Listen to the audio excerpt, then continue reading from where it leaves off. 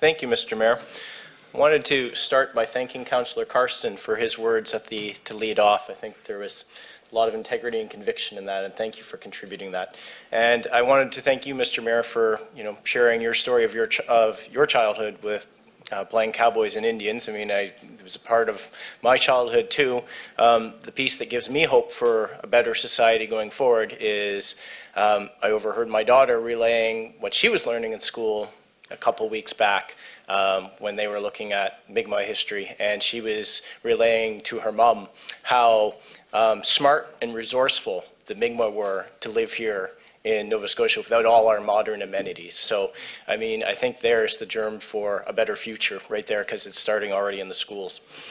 I want to start by talking about, I am disappointed that the committee process that we set out to embark upon went off the rails. It's a real setback, but no one said reconciliation was going to be easy. I was very supportive of the committee approach because I believe it had the possibility of being a real tool for truth and reconciliation in the broader community. The committee held the possibility of digging deeper than some of the superficial conversation that has gone on around this issue, especially on social media.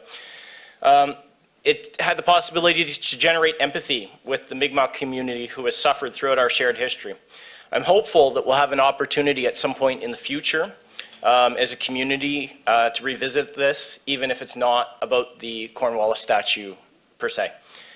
I know our staff worked very hard on this. We went from a motion by Councillor Cleary to forming a panel and an administrative order on something that no one knew how to do in the space of 6 months. That's government at high speed, and I want to really thank our staff for all the work they did on this, especially Maggie.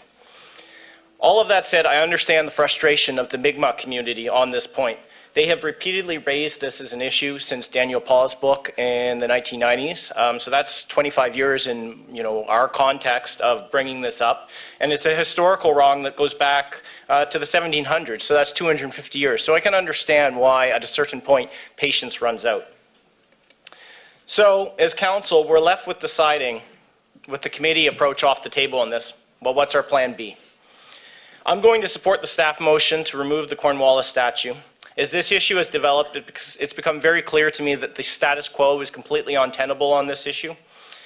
I liked Councillor Karsten's point about how does this, the question you raised, about how does this affect your daily life? And as far as I can tell, it doesn't. All the statue contributes to our community right now is a flashpoint for division. That's it. It doesn't teach history. It is just a symbol.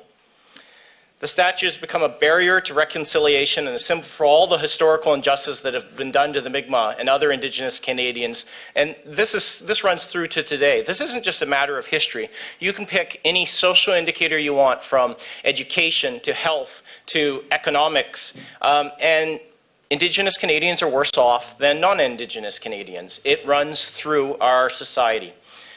Councillor Stretch made the comparison to the Scots, and certainly it was actually one discussion I had around the family dinner table back over Christmas, and I've received emails on that point too, which is suggested, well, the Scots aren't overly worked up about Cornwallis. Well, there's a key difference. The history that has happened in between. For the Scots, it is history. They've gone on to, we've had premiers, we've had mayors, MLAs, MPs, business people. We have 2 of our bridges are named after Scots. None of this can be said for the Mi'kmaq. Their history has been the continued history of being marginalized in our society. So that's what this is really at the heart of this issue. Why this is such an important business is because it's the unfinished business of reconciliation. This isn't about changing or rewriting history. Cornwallis will always be in the history books. This is about how we commemorate and interpret our history, and fundamentally what that says about us and our values. This is about building a better present and, most of all, a better future. I'm voting today to remove the statue, not because it's been demanded of me, not because I fear a potential flashpoint in the park, although that's a real concern. I'm voting for this today because I fundamentally, in my heart, feel that this is the right thing to do. It's what's been, based on everything that's been said, based on everything that's been written, based on everything that's happened. I think we just need to do this, and I think it's time. So thank you. I will be wholeheartedly supporting it. Thank you. Councillor Nicol. Thank you.